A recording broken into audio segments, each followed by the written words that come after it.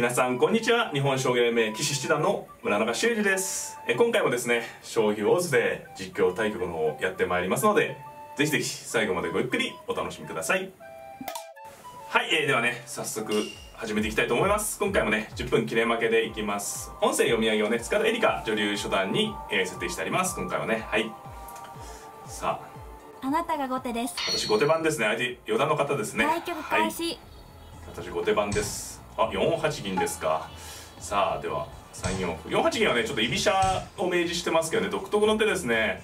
いやいや力戦っぽくなりそうですよ。じゃあ8四歩とついてみましょうか。飛車をね振り飛車にする手もあるんですけれども、先を伸ばしてそうですね、これは金銀の動きを序盤重視して飛車角の活用は後回しにするという独特なね指し方ですね。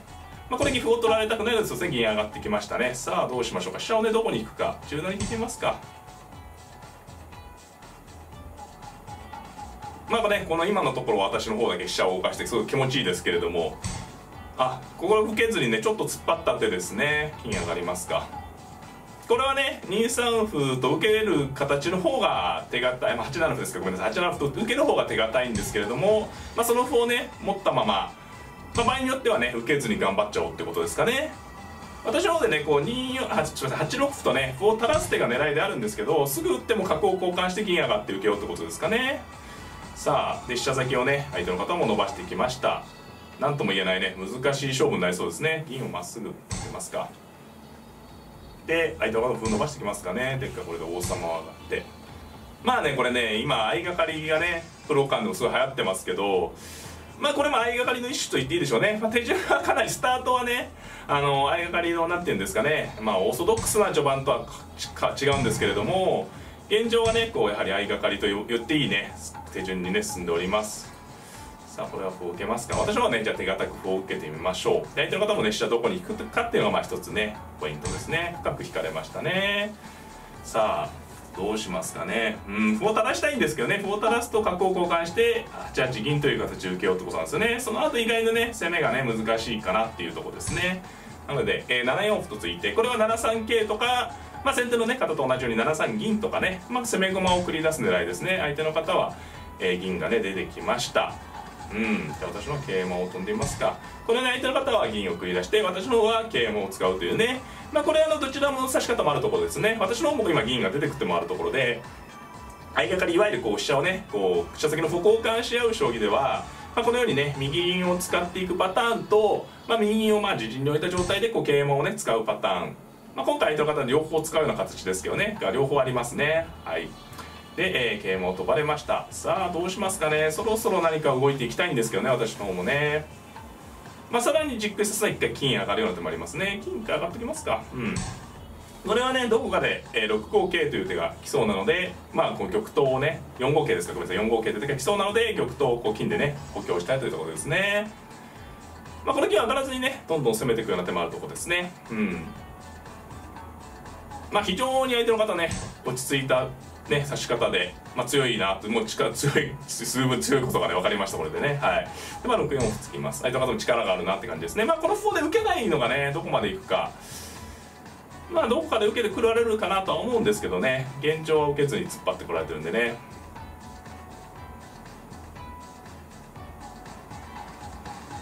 さあこれはねこういうのね相掛かりあまり指されない方はねどういうところをね争点に当てるのかすごくね見づらいと思うんですけどね。この局に関して言うとやはり飛車が角に直通してますから、この歩をね、打たずに相手の方歩を2枚持ってるんでね、2枚打たないもう1歩持ってること多く持ってることで2枚持ってるんで、それゆえにね何か動く手があるかとかね、そういうとこですよね。逆にこの歩やっぱり傷にね角の頭がやっぱり弱点で傷になるっていう可能性もあるのでね、そこら辺が勝敗を分けそうな気もしますね。これで銀が出てくると激しくなりますね。今角道が止まったんで、緊迫状態から緩和されたように見えるんですけれども、ますますねこの角が例えば8六歩と打った時に角を交換して同銀で8八銀という受け方があるよとね先ほど言ったんですけど、角交換する手がねできなくなっているので、8六歩とね垂らす手がね一応狙いとしてあるんですよね。ただすぐ打っても6六角とここの地点にね角がこう飛び出まして、飛車取りでね、歩成りをこうして歩成りよりも先に飛車取りで出まして、飛車が逃げた時に8八銀という形で、受けようというね、多分おそらく狙いなんですよね。ちょっと専門的な話をしますと、飛車がこう上中段ですね8四にいるので、こういう指し方、歩を受けないという指し方がやりやすいんですよね。もう飛車がもしね先手のように方のようにね、こう飛車がもしこの飛車がですね、8二とかで8一にいますとね、歩を垂らす手がかなり強力なんですよね。ということで相手の方はねここでようやく受けてきましたね。さあどうしましょうかね。ここついてみますか。これね相掛かりの手筋なんですよね。歩をつきまして同歩ですから、角出ましたね。同歩もあったと思います。角でも受けの形ですね。さあこれを歩をついて角を出て飛車寄る手もあるし、飛車を引く手もあるし、どちらもありますね。歩をついてみますか。で角を出させて飛車を寄るっていう構想です、私の方ね。でこれで飛車を寄って、飛車をね、うまくこう使っていきたいなってとこですね。この角が負担になるのか、この飛車にねいじめられてしまうのかがね勝敗を分けそうですね。で銀が上がりましたか。さて難しいですね。私も銀上がりますか。非常にじっくりとした駒組みが続いております。どこかでね7五歩と3五歩ですか、ごめんなさい、3五歩という手をねやってみたいんですよね。3五歩とついて、同銀なら5五角ですし、同歩ですと7三歩という感じでね、桂と7四歩ですから7四歩と、3六歩ですね。3五歩同歩で同歩なら3六歩とね桂の頭を攻めるし、同銀なら5五角と出るよっていうね攻め筋が一応あります。この、相手の方のね8八銀は、7七銀と上がることでね、この角を支えようってことですね。これ角が移動した時に飛車がこうねこの歩をこう取る狙いができているので、7七銀と上がれればねいつでもこの角が脱出した後に、この歩を支えてるよということですね。はい。それと5五歩に角が飛び出てきた時に、9九の香車取りにならないようなね形に受けております。私の方はこれね、紹介が遅くなりましたけど中つまりという形ですね。中央に王様を囲いまして、で飛車が転戦してきましたね。なるほど、難しい将棋になっちゃったな。どうしますかね。銀上がるってもあるけど、そうですね、歩をつきますか。これはねもう私の方もこう角をねこうなんていうんですか、飛車を寄ったものの意外とこの角はいじめにくいんでね、現状はいい勝負ですね。それほど私の方もうまくいってるという感じは特にないですね。むしろ相手の方はこう一歩持ってるんでね、中央に飛車を回って、5五の歩をね支えてきたということですね。で銀を立ちまして、これでね、こう銀が6七に来ましたので、4三ですね、4三来ましたので6四銀と上がった後にこの5 4の地点ですねに受けてるよってことですね。さあで相手の方も銀を立って端歩をつきますか。さあ非常にじりじりとしたね将棋になりましたね。相手の方としてはこの角をねどっかにどかして、ついてきましたか。これはもう強気の手ですね。いよいよ、戦いが本格化しそうな感じですね。これは同歩同そうですね、これは角を飛び出るかな。はい、これね今角が4筋で止まっているので端に出てねこちら側を睨みました。こうやっぱり自分がね4四歩4三銀と角道が止まってるんでね、こういうところをねそのままにしているとねやはりあまり良くない形ですね。これで銀上ですかね。どうしますかね。歩支えておきますか、じっとね。これ銀出る手もあるんですけど、6四銀です。もしかしたら同角とね切って勝負される手があったので、じっと支えておいてね、桂馬が飛べたので欲張らず、この桂馬ここにね銀がいる限り4四歩という形で、それで6六歩という形で桂馬が取られるってことはないのでね。で桂馬をぶつけてきましたが、これは同桂成できますかね。で桂馬を飛んで、そしてこれで私はいつでもね、4五歩という手でこう角をね通していこうということですね。そうですね、相手の方は意地でもねやっぱこの飛車をいじめようってことですね。力のある手だと思います。さて難しいですねこれはね。どうしましょうか。同歩同銀となるとやはり飛車がね狭いんでね。7分。さあ同歩同銀は飛車取りで飛車が逃げて6四歩みたいな感じでね攻め込まれてしまうので、何か他の手4五歩と4五歩と突きたいんですけどね。同桂同桂同銀でそこで手があるかどうか。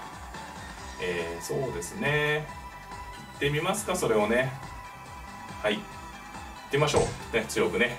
これはいよいよ終盤戦に突入しそうな感じになってきます。で同桂で、あ、そちらですか。これは同銀ですね。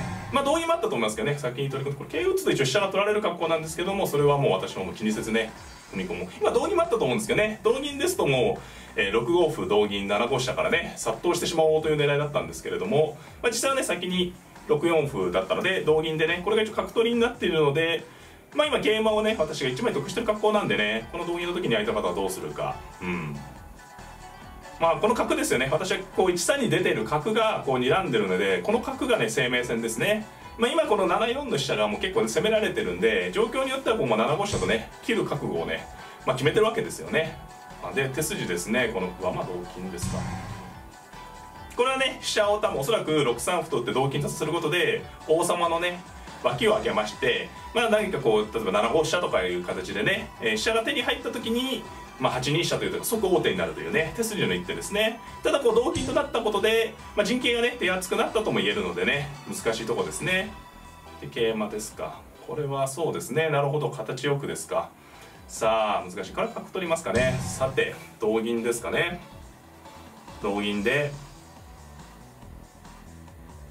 さあ激しくなりましたね。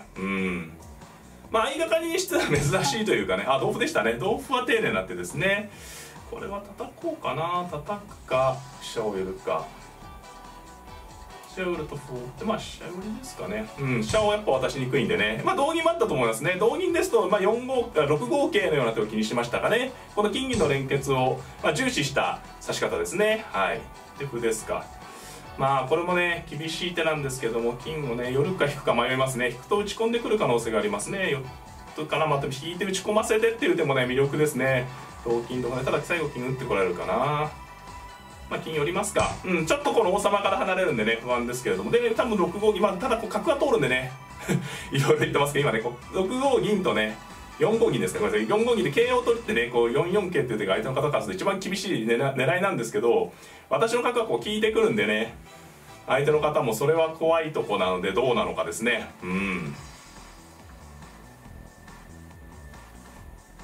ただ取ってくるんじゃないかな。もう取らないとね攻めが難しい。もうね桂馬持ってればねここで4四桂打ちは厳しいんですけれども、そうですね、ここですよね。さあここですよ、どうするか。私の方も非常に難しいですね。歩を打つと金引くのかな。桂馬を打っちゃうんでちょっと筋悪いかな。さあどうするか。歩を王手で打つ手もありますね、直接ね。さあこれね難しいですよ。4四桂打ちは強力なので私の方もね緩い手させないんでねちょっと考えますねここは。3四歩がまあ7六歩が第一感ですね。同金ならしゃあないですけど、ただ金を引かれた時に継続の手があるかどうか。王手で直接歩を打っちゃう手もありますね。そうすると玉を寄るんでしょうか。そこで何か厳しい手があるかどうか。難しいな。まあ王手してみますか。これはね王手で同飛車ですとねやはり同角成でいつでも飛車が取れる格好なんで王手をして、まあ応酬を見るということですね。今ね7六歩と打ってもらったんですけど7八金と引かれるんでね玉寄りですか。まあこれが一番自然ですね。場合によってはこっちに王様逃げ越そうと。5分。さあ難しいな。どうしましょうか。桂打ちがあるんでね一応私の方もなんかね一旦受けに回っとく手もあるかな。王様寄ったりしてね、まあ、桂打ちをもろに食らうと厳しいと判断すればそういう手になりますね。一旦早めにしておきますか。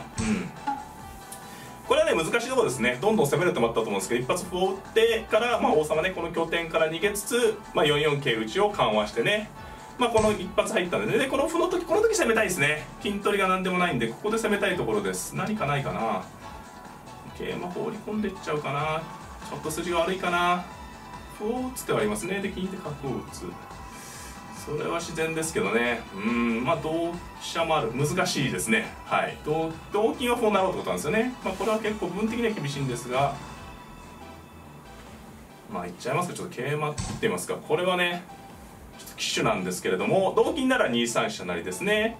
で玉寄れば歩を成ってね攻めていこうってことです。これ玉寄ってね歩ついてなんていうかこう金取りになっちゃってね損したように見えるかもしれないんですけれども、まあ、4四桂打ちがね強力な攻めだったので、まあ、一回こう王様をねこう4四桂打ちから逃げたわけですよね。このでこうなると銀と桂という持ち駒ですと即ね私の方に王手がすごいかけにくい状況ですよね。で今金取りになってるんですけど、仮にこの金を取られても次にまた王手が来ない格好なんですよね。ちょっと難しい話なんですけれども、金を取られることはもちろん痛いんですが、それより4四桂打ちとね、いきなり王手される手が残ってた方がね嫌なんですよね。でこれで飛車を成って、これね4一竜、8九竜までの詰めろになっております。今ね桂馬を捨てたことでね、スピードアップしたということですね。金を取れば8九竜までの一手詰めですね。で一応詰めろ金取りのような格好ですね。金を引けば詰めろ金取りが両方受かるんですけれども、角の利きにね金が入ってくるので、また攻めがねつながるんではないかなっていうのが、私の狙いですね。飛車で取ってきました。これひねった手ですね。竜が突っ込むと、竜が突っ込んだ方がいいかな。で桂合いかな。すぐ桂馬打つ手もありますね。7六桂はきついかな。こういうとこもね攻め間違えてしまうと一気におかしくなるんでね、7六桂が厳しいですかね。同角成もあるとこですね。同角成同金で何か攻めるのも有力でしたね。そっちの方が良かったかもしれないけど、これはいつでも角がね飛車を狙えるんで、より強力にね、飛車が動けばこの金が取れますし、どこかでね8九竜という手がやはり狙いとして残っているのでね。同金でしたか。これはね詰みそうだけど詰まないかな。取って飛車打つと王様引いて竜突っ込むと詰みそうですけどね。王手した方がいいかな。王手するとごめんなさいね、ちょっとねごちゃごちゃっとしてるんでね、慎重に考えますね。竜入ると桂合い、歩を打つ手も同竜もあるんですよね。ちょっといろいろ手があるんで迷いますね。同竜、取って同玉で飛車を打って玉を寄って、詰みはないのかな。竜突っ込んで引いて飛車を成って、そうですね。こちらは角を渡しても大丈夫なので、どういう手があるかですね。一応角取っちゃいますか、分かりやすくね。これいろいろあったと思います。飛車を取ってしまって、さあここですよね。詰みがあればという感じです。詰みがあればもう簡単な感じですね。飛車を打って王様引いて竜入ると桂合い、詰みそうだけどななんてね。金を取っとく手も手堅い。